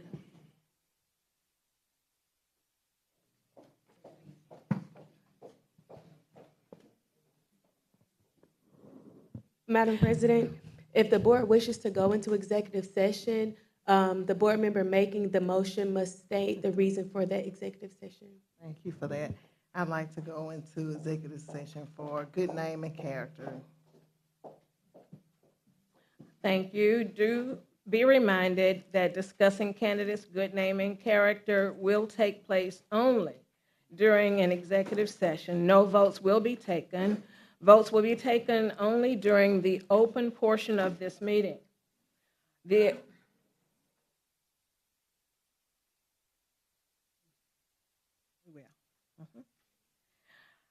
As we prepare to discuss, and at any time a member can move, and it has been moved and deemed necessary. It has been moved and seconded. Is there discussion? Yes. When, we talked, when do I make my motion to table this? I mean, do I make it after we come back? Because I just wanted to make, this one comment. When do I do that? You could have made that motion, and you can definitely. Right, we're in discussion right now. So can I do that? Priority motions, I'm not, does tabling take precedence? I don't know. So when we come back, you can make your motion. Okay. I will open the floor up Okay, again. thank you. Okay, thank you. Is there discussion? Hearing no discussion, we will proceed to the vote. All in favor of moving into executive session for ensuring the protection of good name and character, please raise your hands. It is unanimous. We will go into executive session to discuss candidates for the interim position of superintendent. We should be in session approximately 15 minutes. Is that? Approximately 20 minutes. During the executive session, again, no votes will be taken.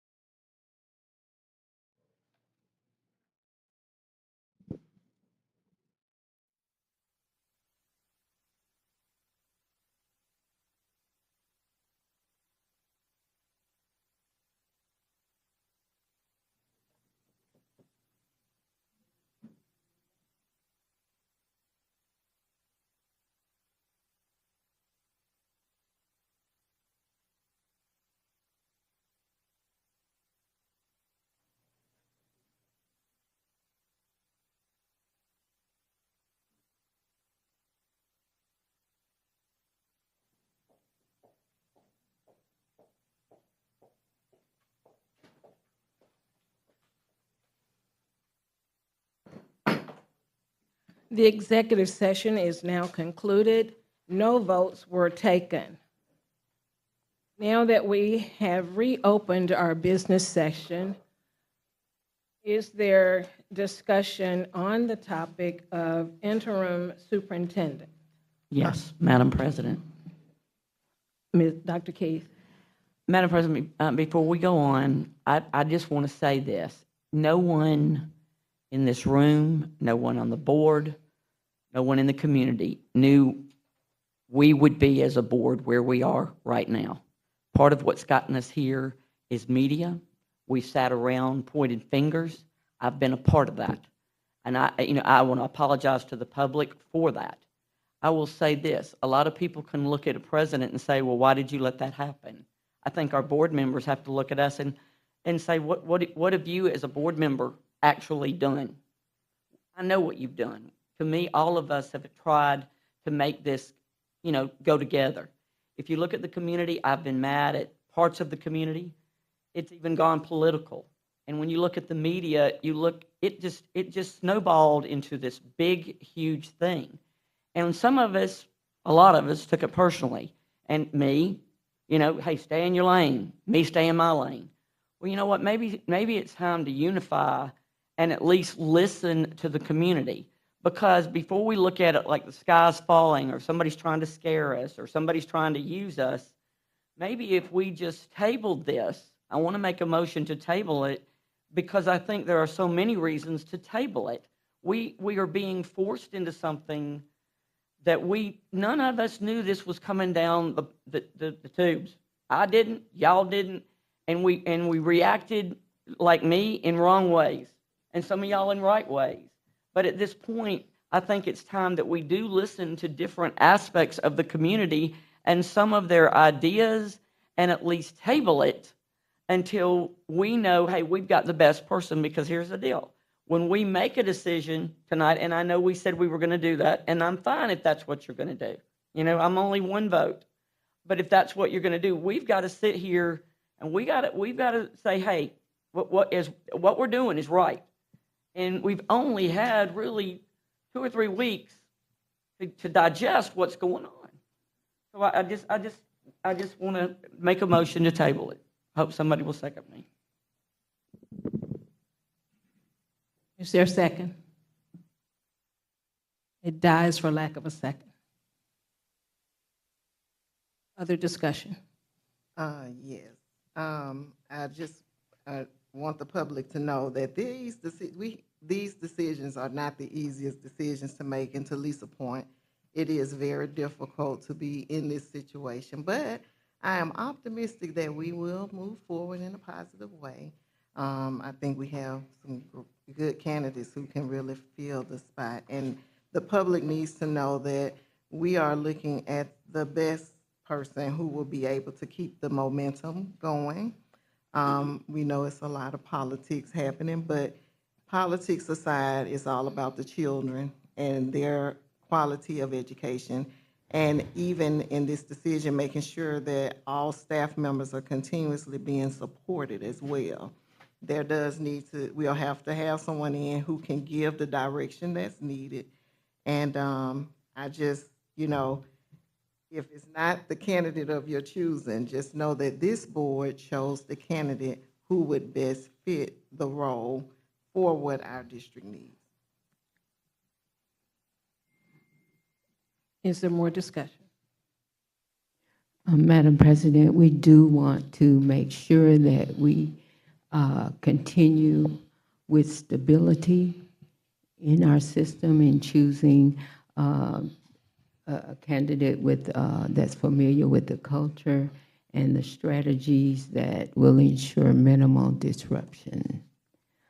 We want to make sure that everything flows smoothly for our senior staff, administration, the principals, the teachers, and most of all, for our students.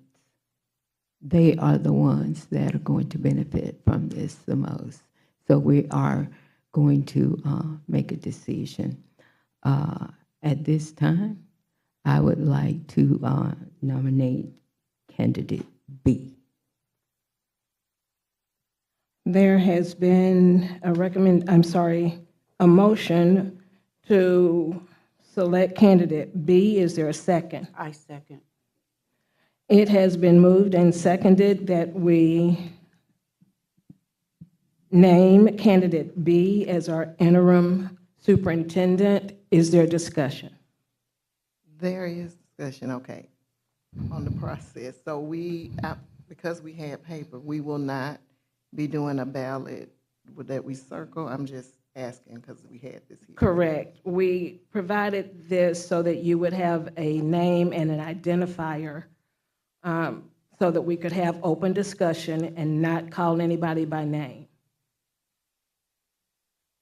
Would it then be, because I'm understanding that we can also do a ballot like this, where we can, and I did speak to legal about it. There's a motion on the floor.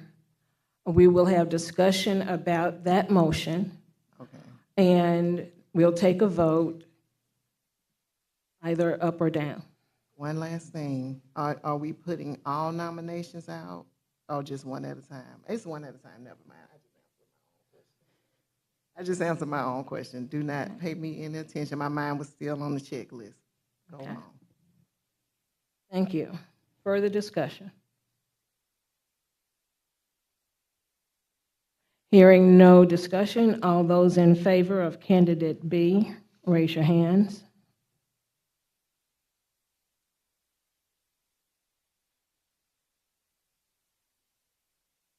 All those opposed?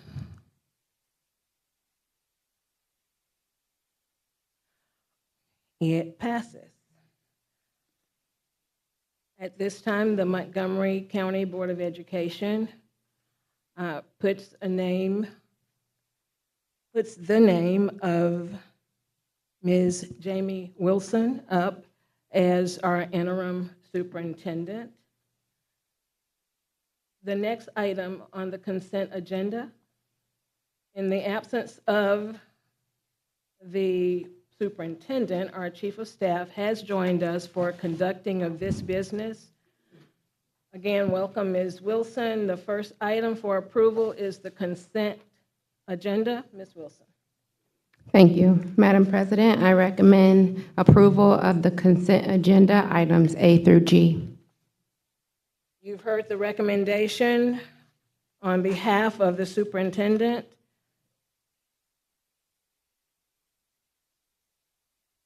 Is there discussion? I'm sorry. I looked down and got a little bit off track. Please forgive me. Is there a motion? I move to accept the recommendation coming from the superintendent via the chief of staff. Is there a second? I'll second it. It has been moved and seconded that we accept the recommendation from the superintendent's office. All in favor? I'm sorry, is there discussion? Hearing no discussion, all those in favor, raise your hands.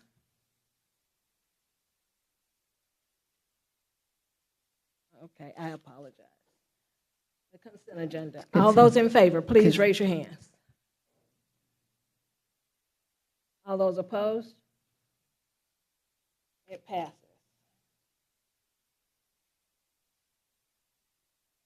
Consider for approval personnel report, certified personnel. The next item is personnel report, certified personnel. Ms. Wilson. Madam President, I recommend for approval personnel report, certified personnel. You have heard the recommendation on behalf of the superintendent. Is there a motion? I move to accept the personnel report, certified personnel. Is there a second? A second. It has been moved and seconded that we accept the recommendation of the superintendent's office regarding personnel report, certified personnel. Is there discussion?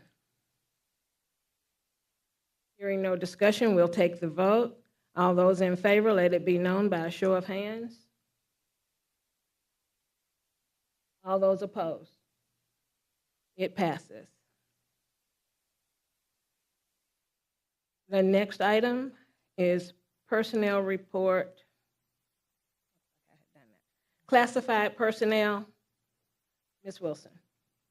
Madam President, I recommend for board approval, personnel report classified personnel, pulling item S85. Yes, S as in Sam, 85. You've heard the recommendation on behalf of the superintendent. Is there a motion? Madam President, I move that we accept the superintendent's recommendation. Is there a second? It has been moved and seconded that we accept the recommendation from the superintendent's office. Is there discussion? Hearing no discussion, we will take the vote. All those in favor, raise your hands. All those opposed? It is unanimous. Personnel report teams. Ms. Wilson. Madam President, I recommend board approval for personnel report teams. You've heard the recommendation on behalf of the superintendent. Is there a motion? I move to accept the personnel report teams. I second it. It has been moved and seconded that we accept the recommendation from the superintendent regarding personnel report teams. Is there discussion? Hearing no discussion, we'll take the vote. All those in favor, raise your hands. All those opposed? It passes. The next item for approval is the amended 2024-2025 GPR. Ms. Wilson. Madam President, I recommend for approval the amended 24-25 grading, promotion, and retention procedures. You've heard the recommendation. On behalf of the superintendent, is there a motion?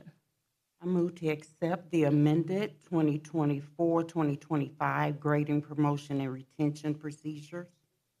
I second it. It has been moved and seconded that we accept the amended 2024-2025 GPR. Is there discussion? Hearing no discussion, we'll take the vote. All those in favor, raise your hands. It is unanimous. The next item, our capital plan amendment. Ms. Wilson.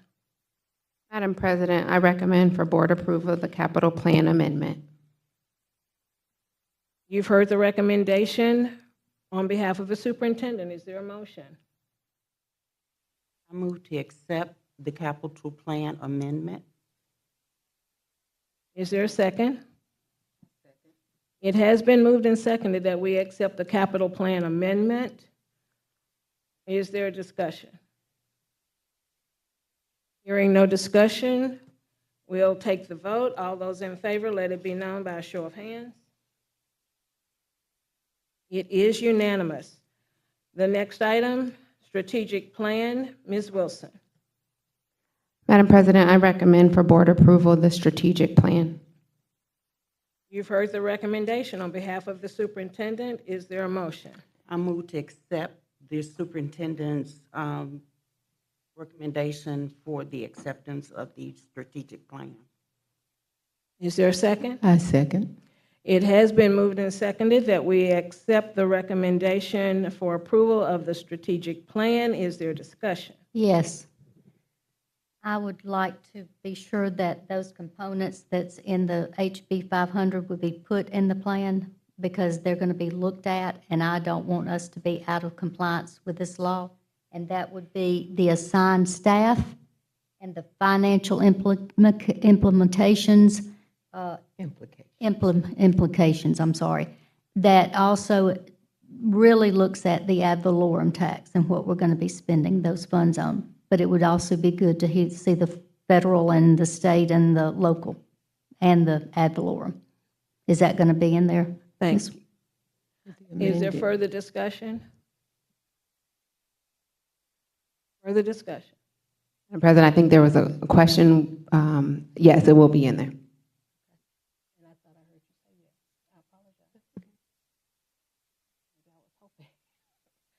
that it would be accepted. Thank you. Thank you both. Are there other questions, or is there further discussion? Hearing none. All those in favor, let it be known by a show of hands. It passes.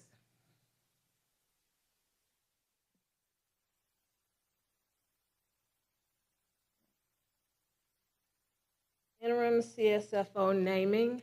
At this time, the chair will entertain a motion to officially name Mrs. Pamela Watkins as interim CSFO for Montgomery Public Schools with an expected effective date of November 1, 2024. Madam President, I move for the acceptance of Mrs. Pamela Watkins as the interim CSFO. I second it. It has been moved and seconded that we officially name Mrs. Pamela Watkins as interim CSFO of Montgomery Public Schools. Is there discussion? Hearing no discussion, all those in favor, raise your hands. It is unanimous. Congratulations, Ms. Watkins. At this time, the chair will entertain a motion that we officially name Ms. Jamie Wilson, the interim superintendent of Montgomery Public Schools, with an expected effective date of October 30th, 2024. Is there a motion? Madam President, I move to accept Miss Jamie Wilson as the interim superintendent for MPS. Is there a second? I second. It has been moved and seconded that we officially name Ms. Jamie Wilson as the interim superintendent for Montgomery Public Schools with an expected effective date of October 30th, 2024. Is there a discussion? Yes. Hearing none. All those in favor, raise your hands. It passes. I'm sorry, nope. All those opposed?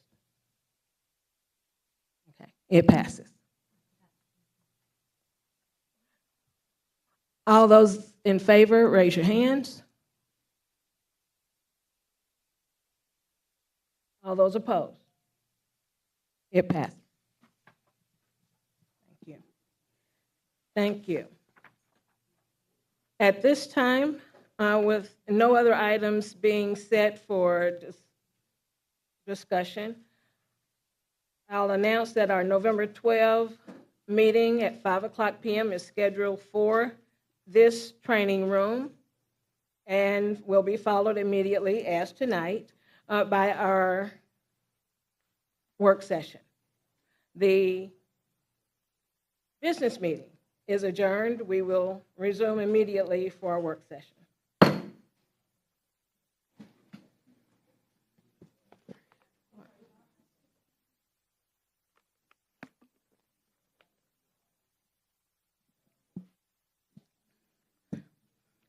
Okay. Yes. At this time, we'll say good evening again. For those just joining us, thank you for participating with us. The October 8th work session of the Montgomery County Board of Education is called to order. We still have a quorum present. The agenda has been posted for our review. If there is no objection, we will adopt the agenda by unanimous consent. Is there objection? Hearing no objection, the agenda is adopted. We will receive 3 items as information.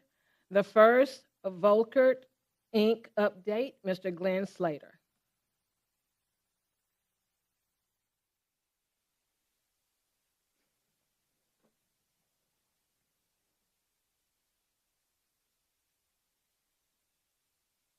Good evening again, Madam President, members of the board, Ms. Wilson. We're going to have a little PowerPoint again on Percy Julian School. Here's the site off of the Boulevard, Northern Boulevard here. The project team is McKee and Associates and his sub-consultants below him here. The building is for 1,500 students and is a two-story structure at the academic wing, collaborative spaces, science labs, media center with a tech lecture hall, career tech classrooms, cafeteria to serve 500 students per wave. We've got dedicated art, band, choral, a theater, and drama studio spaces, 750 seat auditorium, 1,750 seat competition gym, and also a practice gymnasium, wrestling and cheer room, athletic weight room, PE health classrooms, full admin suite, and then also we'll have an athletic field house that includes places for coaches, nice weight room, laundry and equipment, and storage. This is the overall site with the school situated on it. The light blue is the new school building. Off to the bottom right there is the field house, of course the football field and track around it. There'll be a pond in the front that will help manage the storm water and also stay wet the whole time. There'll be an actual pond there. The pre-construction for the relocation of Todd Road, which is done in the yellow at the top there, we should start at the end of the month. The state has scheduled the pre-con for the 24th. Then we'll move right into the building of the road where we can offset it and get ready to bid the main school project. Here's the floor plans. The drawing of the light blue is the second floor, which is where the 11th and 12th grade will be. The ground floor, you've got the pods to the front left is the 10th grade. The back section will be the 9th grade pod, and then there will be areas for the exceptional ed, and then the purple is the auditorium, band, and athletic areas.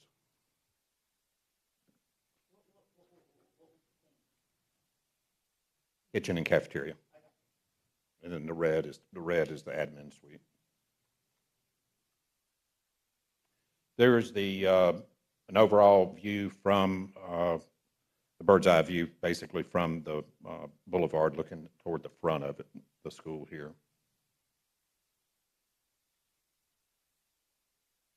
This would be from the back side. You're looking at the gymnasium and the auditorium. Auditorium has got the gray to the top of it there. Another view from the boulevard, which would be in the pond. Do you have any questions?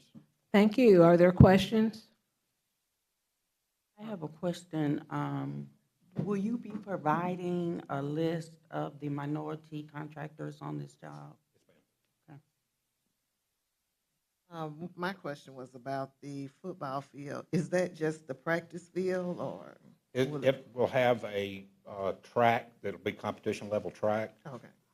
The football field, we're not at this time, is not going to be a stadium. There'll be spaces there that will allow you to be able to add a stadium at this point.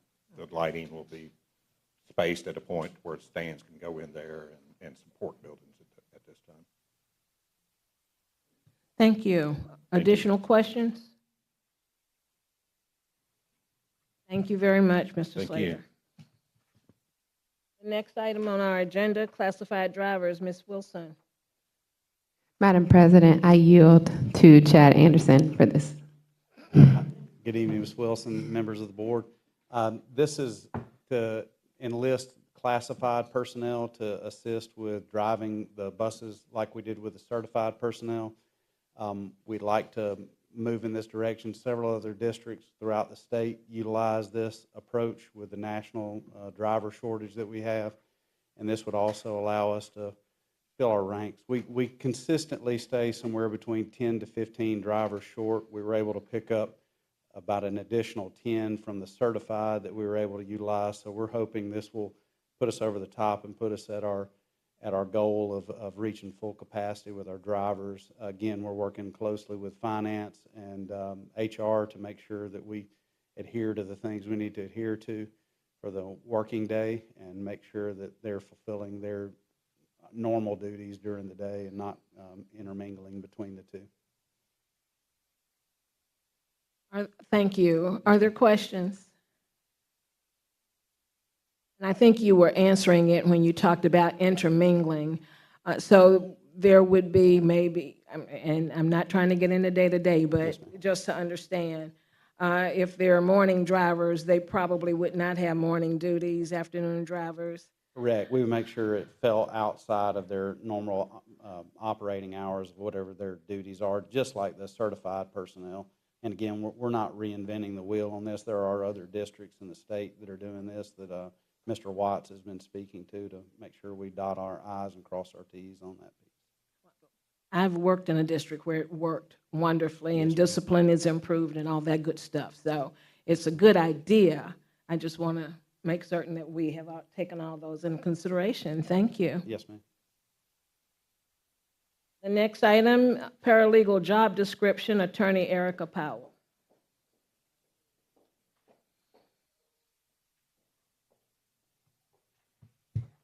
Good evening, Madam President, members of the board, Chief of Staff, Ms. Wilson. You should have in your hands a copy of the paralegal job description. Currently, in the legal department, it is just me. And so I've put together a job description that goes over the roles and responsibilities and the duties and qualifications of a paralegal to assist in the legal department. I have been in communication with Mr. Watts regarding the salary. We've met to discuss the salary range, and that's not currently listed on the job description, but it will be added.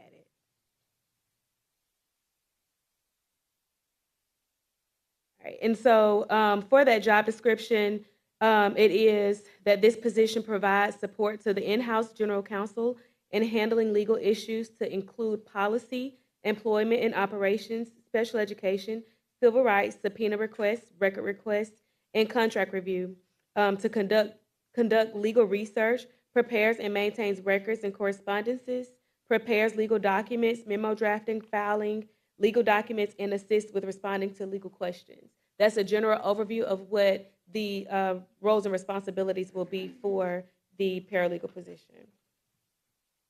Are there any questions? Thank you. Are there questions? Are there questions of Attorney Powell? Yes. When are you hoping you're setting this in like a 2-week notice so that job opening? And then when do you hope to have this in place, this person in place? As soon as possible, but preferably, well, as soon as possible. It looks like it'll likely be at the start of 2025, but we will have that role filled. Thank you. Madam President? Yes. On the salary TBD, I mean, when will there be kind of a ballpark figure for that? So we would know that. I mean, I agree we need one. I just want to know what the salary is. Yes, actually, Mr. Watts and I, we have kind of come up with what that would look like based off of budgeting. However, I didn't get a chance to confirm with Mr. Watts because he's under the weather right now. So I could have it before the next board meeting. Additional questions?